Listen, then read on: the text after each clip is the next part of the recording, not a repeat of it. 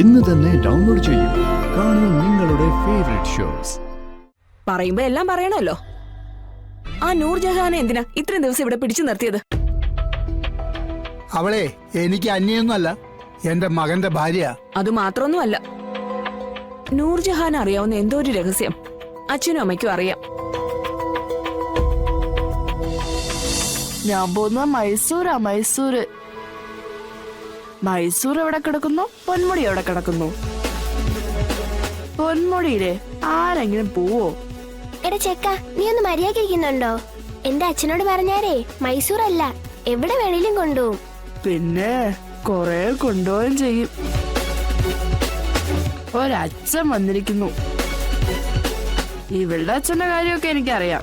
എപ്പോ നോക്കിയാലും കള്ളും കുടിച്ച് റോഡിൽ കിടക്കുന്ന ആളല്ലേ ഇവളുടെ അച്ഛൻ. എന്റെ പപ്പ പറഞ്ഞിട്ടുണ്ടല്ലോ. പോടാ അവിടെന്ന്. അയ്യേ വീണേ.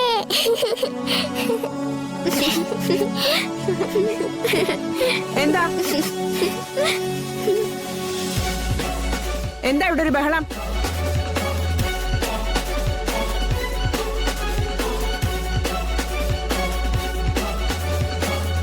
എന്താ രമേശേ, എന്താ പ്രശ്നം?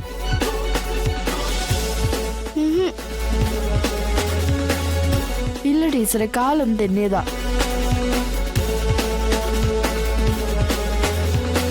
ശരി ശരി, എല്ലാരും ഇരിക്കെ.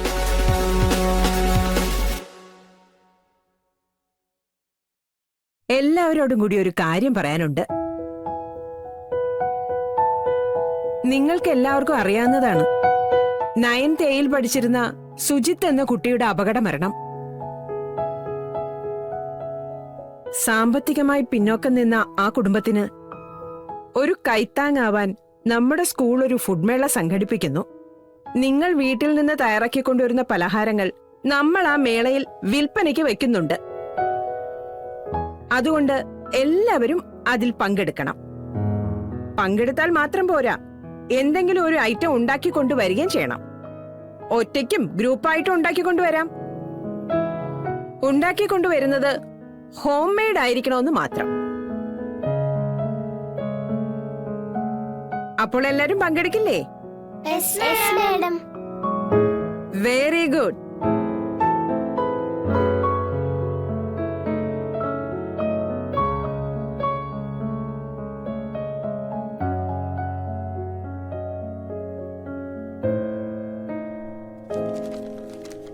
നമ്മൾ എന്താ പപ്പി ഉണ്ടാക്കേണ്ടത്?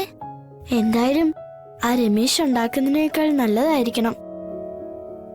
എടി പപ്പി, എന്താടി പറഞ്ഞേ? പോടാ. സത്യ, നമുക്ക് എന്തായാലും ഒരു അടിപൊളി സാധനം കൊണ്ടുവരണം. ഉറപ്പായിട്ടും പപ്പി.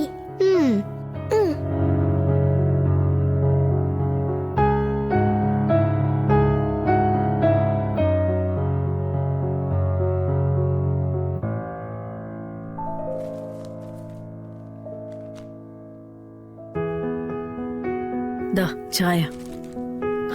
രാവിലെ കടയിൽ ഇടേണ്ടതിന് പകരം പത്രം ഇവിടെ ഇട്ടേച്ച് പോകും. ഇനി നമ്മൾ അതെടുത്ത് അവിടെ കൊണ്ടുവയ്ക്കണം. ഓ പിന്നെ 10 രൂപയുടെ ചായ കുടിക്കാൻ വരുന്നവർക്ക് വായിക്കാനല്ലേ. പത്രം ഇവിടെ കിടക്കട്ടെ. ദേ, ചായ ആറിപ്പോയിന്നും പറഞ്ഞ് ബഹളം ഉണ്ടാക്കരുത്. പറയുമ്പോ ചൂടാക്കി തരാനൊന്നും പറ്റൂല. പിന്നെ ശ്യാമ പോയിട്ട് അവിടെ എത്തിന്ന് പറയാൻ മാത്രം വിളിച്ചു. പോണ്ടിച്ചേരി ടൗണിൽ തന്നെയാ താമസമെന്ന് അറിഞ്ഞു. ബാക്കി കാര്യങ്ങളൊന്നും തന്നെ പറഞ്ഞില്ല. പിന്നെ പപ്പിമോളെ കുറിച്ച് തിരക്കി. അത് തന്നെ ഭാഗ്യം. അത് പിന്നെ അങ്ങനെയാ. വീട് വിട്ടു പോയാ പിന്നെ വീട്ടിലുള്ളവരെ കുറിച്ച് ചിന്തയില്ലല്ലോ. ഓ, നീ പിന്നെ എങ്ങനെയായിരുന്നു? നിന്റെ ഒരു വിവരം ഇല്ലായിരുന്നല്ലോ പോയിട്ട്. അത് പിന്നെ എനിക്ക് ഫോണ് പോലും തരാതെ എന്നെ അവിടെ ഇട്ട് കൊല്ലാക്കൊല ചെയ്യല്ലായിരുന്നോ? കൊറേയൊക്കെ നിന്റെ കയ്യിലും തെറ്റുണ്ട് ശാരികേ. അവര് നിന്റെ ഭർത്താവിന്റെ അമ്മയാണ്. നിന്റെ ഈ സംസാരമൊന്നും മര്യാദ കടന്ന രീതിയിലല്ല. അപ്പൊ അവര് കാണിക്കുന്നതോ? അവരെന്നെ അവിടെ ഇട്ട് കൊല്ലാക്കൊല ചെയ്തതൊന്നും അച്ഛൻ അറിയണ്ടല്ലോ. അച്ഛൻ അവര് പറയുന്നതാ ന്യായം. ശാരികേ, അവര് നിന്റെ അമ്മായിയമ്മയാണ്. ലോകത്ത് അമ്മായിമ്മയും മരുമോളും സ്നേഹത്തോടെയും ഒത്തൊരുമയോടെയും കഴിയുന്നതേ വളരെ വിരളമായേ കാണൂ. ബാക്കി എല്ലാ വീട്ടിലെയും സ്ഥിതി ഇതിനേക്കാൾ കഷ്ടമാണ്. പലരും അഡ്ജസ്റ്റ് ചെയ്ത് മുന്നോട്ട് പോകുന്നതേ ഉള്ളൂ.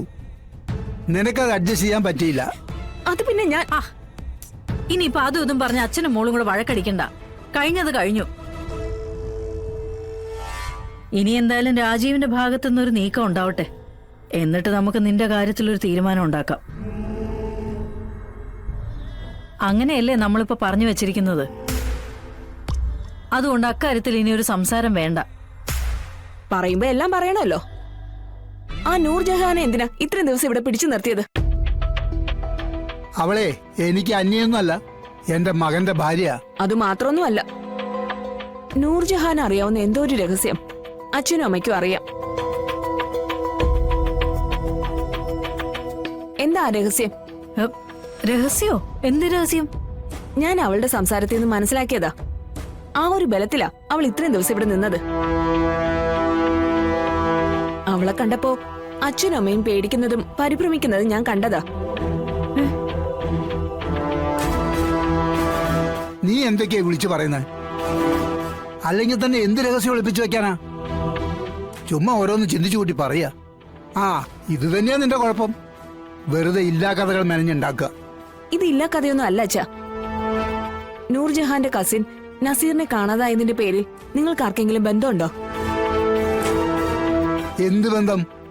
അല്ല, അതിന്റെ പേരിലാണോ അവള് നിങ്ങളെ ഭീഷണിപ്പെടുത്തി ഇവിടെ താമസിച്ചതെന്ന് ചോദിച്ചതാ. അച്ഛനും അമ്മേനെയും കൊലക്കി കൊടുക്കാൻ വേണ്ടിട്ടാണോ എന്റെ മോളിപ്പോ ഇങ്ങോട്ട് വന്നേക്കുന്നത്? സ്വന്തം മോളിങ്ങനെ സംശയം പറയാൻ പോകുമ്പോ പിന്നെ ആർക്കും ചോദ്യം ചെയ്യാൻ പോകേണ്ട കാര്യമില്ലല്ലോ. നേരെ തൂക്കിയെടുത്ത് ഞങ്ങളെ ജയിലിലേക്ക് കൊണ്ടിട്ടാ മതിയല്ലോ. ശാരദേ, ഇനി ഞാൻ അവിടെ നിന്നാ ശരിയാവില്ല. ഞാൻ എന്തെങ്കിലുമൊക്കെ പറഞ്ഞു പോകും. ഞാനൊന്ന് പുറത്തേക്ക് ഇറങ്ങിയിട്ട് വരാം. പിന്നെ നിങ്ങളെ വഴക്ക് പറയുന്നതും ശാസിക്കുന്നതും നിങ്ങളോട് ഇഷ്ടക്കുറവ് ഉണ്ടായിട്ടോ ദേഷ്യം ഉണ്ടായിട്ടോ അല്ല, നല്ലൊരു ജീവിതം ഉണ്ടാവണമെന്ന് കരുതിയിട്ടാ.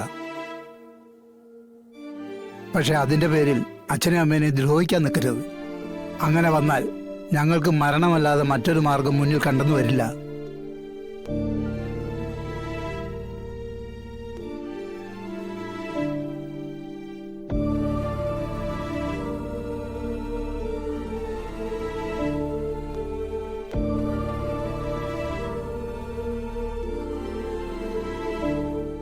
ഞാനൊരു സംശയം പറഞ്ഞതിന് അച്ഛൻ എന്തിനാ അമ്മ ഇങ്ങനെയൊക്കെ പറയുന്നേ? എന്തിനാ മോളെ നീ ഇങ്ങനെ എല്ലാരും സങ്കടപ്പെടുത്തുന്നത്? അച്ഛന്റെ സ്വഭാവം നിനക്ക് അറിയാവുന്നല്ലേ. എന്നിട്ട് നീ ഇങ്ങനെയൊക്കെ പറയാൻ പോയാലോ? ലോകത്ത് പലരെയും പല സ്ഥലത്തും കാണാതായിട്ടുണ്ട്. അതിന്റെ പിന്നാലെ ഒന്നും എന്റെ മോള് പോവാതിരിക്കുന്നതാണ് നിനക്ക് നല്ലത്. ഞാൻ പറഞ്ഞത് നിനക്ക് മനസ്സിലാവുന്നുണ്ടോ? നല്ല കാര്യങ്ങൾ ചിന്തിക്ക്, നല്ല നല്ല പ്രവൃത്തികൾ ചെയ്, മനസ്സെപ്പോഴും സന്തോഷമാക്കി വെക്ക്. ആ ജനിക്കാൻ പോകുന്ന കുഞ്ഞെങ്കിലും നല്ല രീതിയിൽ വളർന്നു വരട്ടെ എന്ന് പ്രാർത്ഥിക്ക്.